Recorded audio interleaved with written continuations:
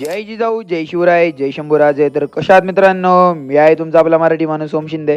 तर परत एकदा तुमच्या सर्वांचं स्वागत आहे आपल्या एक छोट्याशा तडकत्या भडकत्या मिनी व्लॉगमध्ये. आता सरकार या गोष्टीवरती कधी निर्णय घेणार आहे हे तर काय मला कळेना. आता नाही का उगाच त्यांचा जीव घेण्याचं काम चाललंय. आता वरती मग ऊसाच्या गाड्या उभ्या होत्या म्हणून परत रिवर्स आलो, म्हटलं चला इकडून जाऊ.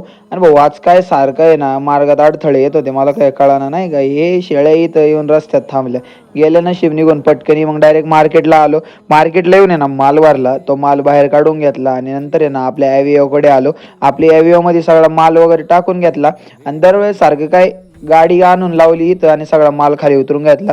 मग नंतर आहे ना केक शॉपवरती येऊन आपली ॲव्हिओ लावली आणि आपली मर्सडीज घेतली आणि आपल्या मर्सडीजवरती आहे ना हळूहळू सगळा माल वगैरे वाहून घेतला. नंतर मम्मीच्या इथं आलो, मम्मीला दुकान वगैरे लावून दिलं. आता दुकान वगैरे लावून दिलं होतं तर मला कॅरी बॅगचा पुडा आणि पाणी बॉटल घ्यायच्या होत्या.